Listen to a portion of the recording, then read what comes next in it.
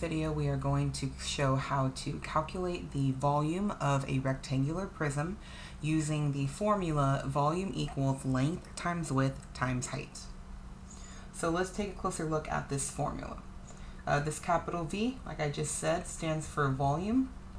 So it's telling us that we can calculate the volume or the amount of space inside this 3D shape by taking the length and multiplying it by the width and then multiplying it by the height. And I know that because multiplication is the invisible operation.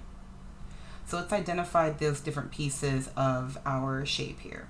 So the height, meaning the up and down direction, that is the height.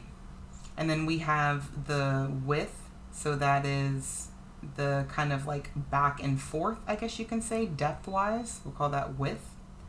And then the last piece here is the length, so left to right direction.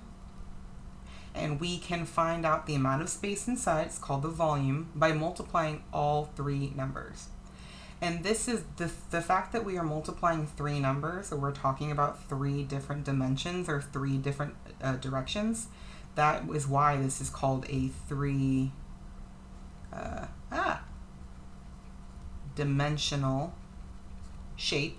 This is specifically a rectangular prism because the base, or the bottom, the top, or even the sides in this case, is the shape of a rectangle.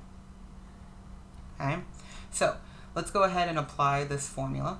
Let's say that you were told that the width was 10 meters, the height was 4 meters, and the length was 5 meters.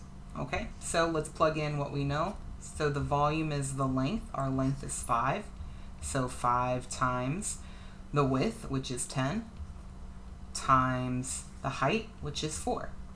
Okay, so it's all multiplication, so it doesn't really matter what we do first, but good practice is left to right.